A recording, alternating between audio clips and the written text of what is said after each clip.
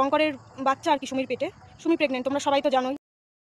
যে মিনাল আমার কে হয় অনেকেই কমেন্ট করেছিলে, আমি এতদিন কাউকে জানাইনি, আজকে জানাবো তোমাদের সবার সাথে আর কি।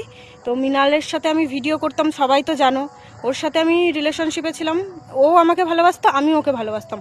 তার কারণ কি, ও আমাকে বলেছিল যে সুমি দীপঙ্করের সাথে যেহেতু চলে গেছে, আর একবার এসছিল, মিনাল ওকে ওয়ার্নিং দিয়েছিল, কিন্তু তবুও ও না আবারও চলে যায়, যার জন্য মিনাল ওকে আর মেনেই নেবে না বলেছিল। তো আমরা দুজন রিলেশনে জড়িয়ে পড়ি ভিডিও করতে করতে।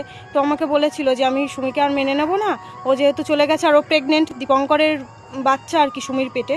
সুমি প্রেগনেন্ট, তোমরা সবাই তো জানোই, নতুন করে আর কিছু বলার নেই। তো এই 4-5 দিন আগে আর কি জানো যে মিনাল কলকাতা গেছে। ও কলকাতা গেছিলো, আমাকে একবারও জানায়নি, একবারও ফোনও করেনি। আমি ওকে ফোনের পরে ফোন করে যাচ্ছে, আমার ফোনটা রিসিভ করছে না, ঠিক আছে। তো যাই হোক, সন্দেহ লেগেছিলো ওর প্রতি আমার, যার জন্য আজকে আমি একটু ব্যস্ত থাকার কারণে আমি না আমার মাকে ওদের বাড়িতে পাঠিয়েছিলাম।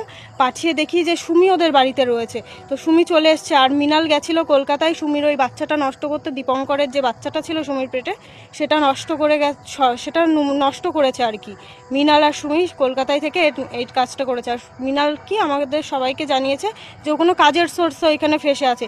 না বন্ধুরা, ও কোনো কাজে যায়নি, ওখানে গেছিলো সুমির বাচ্চাটা নষ্ট করতে। আর সুমি বাড়ি চলে এসছে, পরশু রাত্রে চলে এসছে, আমি জানতে পারলাম আজকেই আর কি। ওর বাড়িতে আমার মাকে পাঠিয়েছিলাম, গিয়ে দেখে সুমি বাড়িতে উঠোন ঝাঁট দিচ্ছে আর কি। তো তোমরা যারা না জানো সবাই জানো, আর আমার এই ভিডিওটা প্রচুর পরিমাণে শেয়ার করো। আর ও মিনাল আমার সাথে না কাজটা ঠিক করেনি, আমার সাথে বেইমানি করেছে।